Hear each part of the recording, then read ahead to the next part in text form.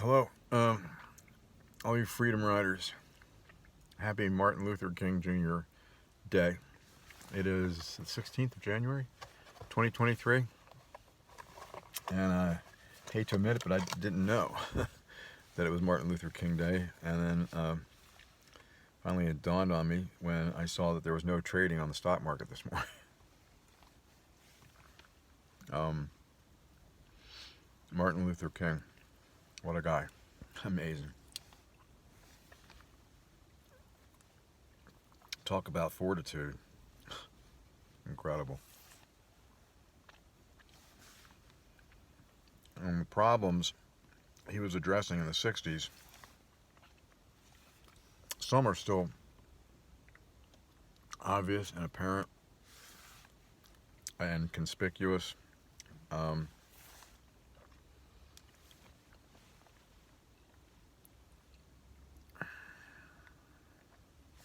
I think about high school and the Africans, uh, my classmates of African descent at the high school I went to, they were like this unknown, yeah. They were unknown, or they were known on the football field. I don't think our basketball team had one African player, not one. So this is the late 60s. But shoot, the Celtics and Bill Russell and Paul Silas, who else was on that team? I don't think JoJo White had started with the Celtics yet. I can't remember the other Africans on that team. Anyway,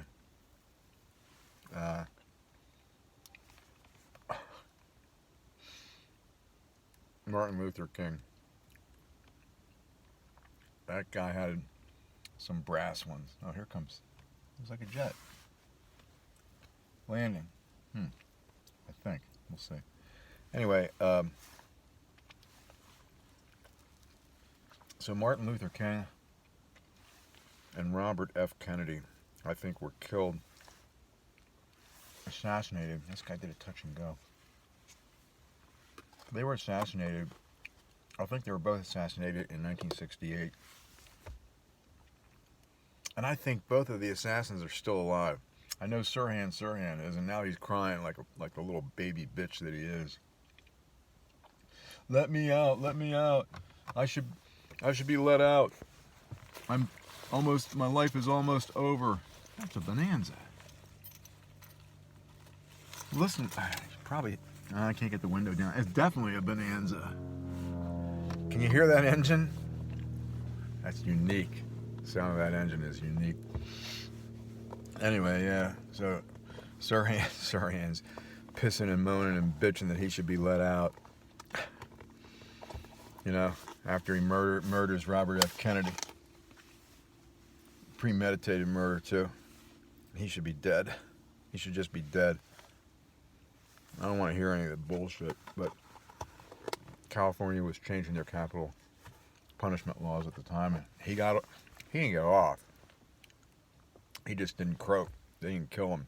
And hit the guy that shot Reagan, the guy that shot John Lennon, Sirhan, and I forget the name of the guy that killed Martin Luther King Jr. Just flat out murderer. They got to go to trial and figure out if this guy did it or not. Everybody saw him do it. He was positively identified, I believe. Okay, I'm not 100% sure. That was a long time ago, 1968. Good grief, 50 some odd years. Wait a minute, 60 years. Yeah, that's 60. Excuse me.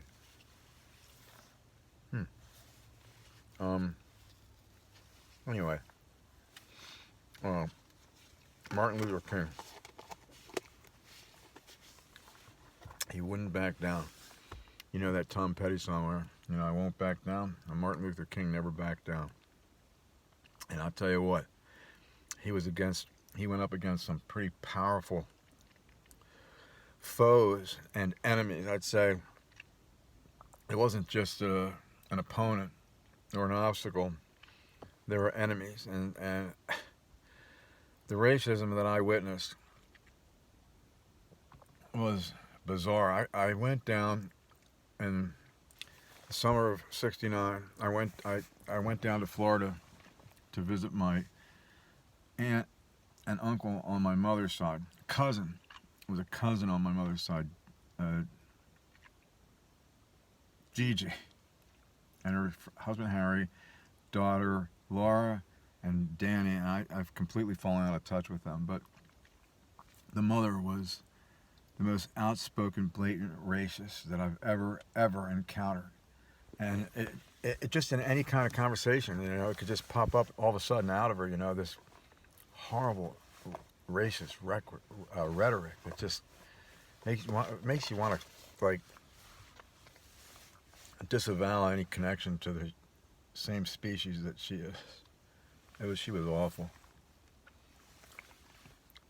And I didn't understand everything at that point. In '69, I'm 17 years old. Maybe I just turned 18.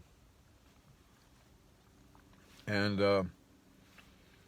I didn't understand racial problems. I didn't understand the history of it. Why? Because it's not widely available. It's not widely, the history of that issue had been glossed over for decades. What issue? Well, the oppression, the economic oppression of the African segment of our population was just horrendous, awful. Can get a job. No wonder their families were broken up and destroyed. If you're the patriarch of a family and you have children that are depending on you and your family's depending on you, you go out and you can't get a job, what do you think's going to happen? It's things are going to fall apart in a bad way. And somebody completely loses hope to do what they feel they're obligated to do, but they can't because of the color of their skin. That's pretty bad. That's really bad. That's the whole idea of, quote unquote, all men created equal, all men and women, as far as their rights are concerned, and as far as their rights not to be discriminated against. When it came to getting a job, they couldn't get any work all the way through the 20th century, most of the 20th century. By the time I got hired by Bell in '98, they were, I think, mostly an integrated company and a diversified company, and their reasoning was, hey, we want to represent in our population the population that we're serving. Makes great sense. Good business call there. Really good. Being exclusive or inclusive is typically better for business than being exclusive. And Martin Luther King, he was on a crusade. And he'd probably still be on the same crusade today if he was alive. He'd be quite the elderly gentleman, but what a wealth of inspiration and knowledge and experience he would have to offer all of us.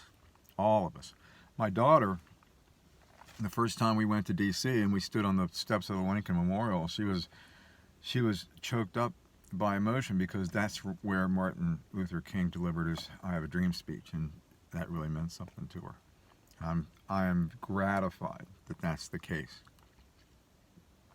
There was something, I know, I saw something on Pawn Stars yesterday. I watch Pawn Stars on YouTube because it's free. There was a guy that came in and he had all these baseball pins, these little round pins that he wanted to sell, and he had, Jackie Robinson on there, Satchel Paige, and I just think that would have been, excuse me, a public relations grand slam home run if somebody had arranged for the champions of the Negro League to play the champions of the regular baseball world. That, can you imagine that game? What that would have been like? Anyway, happy Martin Luther King Jr. Day. God bless you, Dr. King. You left quite a legacy, and probably you're the reason why this country hasn't completely torn itself apart. We're still trying to do that now, And it'd be great to have you around to see if you could somehow or another bring the two sides together. If anybody could, I think it would have been you. You know, Martin Luther King. Peace, y'all.